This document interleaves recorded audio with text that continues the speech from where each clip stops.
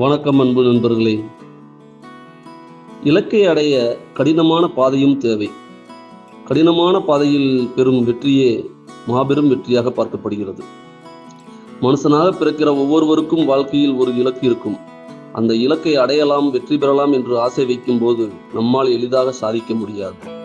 சில நேரங்களில் அந்த பாதை மிகவும் கடினமாகவும் சவாலானதாகவும் இருக்கும். ஆனால் நமக்கு அந்த இலக்கை அடைய வேண்டும் என்ற நம்பிக்கையும் உறுதியும் இருந்தால் அந்த கடினமான பாதையை பயணிக்க தயங்கக்கூடாது. ஏனெனில் எளிய வழிகளில் நம்மால் பெரிய வெற்றிகளை அடைய முடியாது. முயற்சி, பொறுமை, விடாமுயற்சி ஆகியவைதான் நம்மை இலக்கின் நெருக்கத்திற்கு அழைத்துச் செல்லும். ஒரு பயணத்தில் தடைகள் வரலாம், சில நேரம் தோல்வியும் வரலாம். ஆனால் அவை நம்மை காயப்படுத்தல்ல, கற்றுத்தரத்தான் வருகிறது. கடினங்களை தாங்கி முன்னேறினால்தான் ஒரு நாள் நாம் நம்முடைய இலக்கை அடைந்து நிறைவேற்ற முடியும்.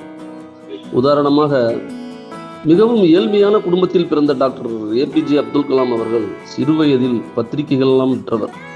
விண்வெளி விஞ்ஞானியாக வேண்டும் என்ற ஒரு அற்புதமான கனவை தன்னுள் நிறுத்தி அவ்வகையில் அவர் பயணித்த பாதை எளிதானதல்ல. பல தடைகள், பல தோல்விகள், நெருக்கடிகள் வந்தாலும் அவர் முயற்சி செய்ய விலகவில்லை. கடைசியில் இந்தியாவின் முன்னணி விஞ்ஞானியாகவும் அனைவரின் மனதிலிருந்தும் அன்பை பெற்ற குடியரசுத் தலைவராகவும் உயர்ந்தார். அவர் நமக்கு சொல்லும் பாடம் ஒன்றே: கனவு காணுங்கள், அது உண்மையாகும். ஆனால் கனவை அடைய கடினமாக உழைக்க தயங்காதீர்கள். அதனால் இலக்கு முக்கியமானது என்றால் பாதை எப்படி இருந்தாலும் பயணிக்க தயங்க வேண்டாம். தைரியத்தோடும் தன்னம்பிக்கையோடும் முன்னேறுங்கள்.